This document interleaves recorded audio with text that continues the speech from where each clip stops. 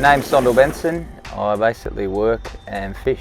My dad got me into fishing when I was a kid. Probably started at the age of 5 fishing out of a small tinny. In the regulated 23, I've gone with twin NSS 16 Evo 3 screens.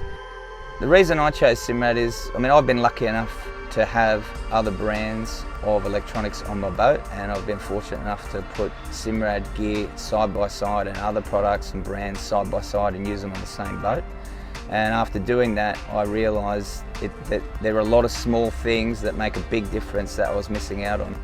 With the Halo radar, when I go offshore, you think there's not a lot to having a radar, but when you've got one, you realise the advantages it gives you. If I'm out fishing for bluefin, I'll have it on all the time.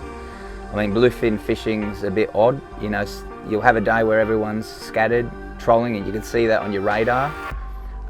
Suddenly someone will catch a fish, some boats will privately get called in, you'll see a cluster of boats on the radar, and if you don't know where they are over the radio, you've got it on the radar and you can shoot straight in and not miss out on the bite.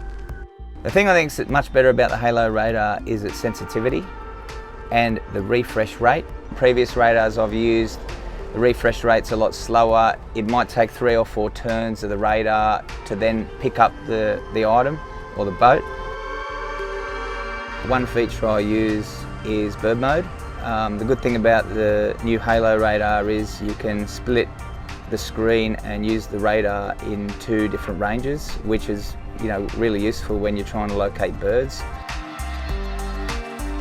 When I'm travelling through the dark, when you're running through Sydney Harbour in pitch black, even if you've done it several times, it's always a challenge with other boats, and that's why having a radar on this boat is critical for me. Obviously a lot of the fishing I do, you're leaving in the dark, you're coming back in the dark, and you need to have something to help you navigate.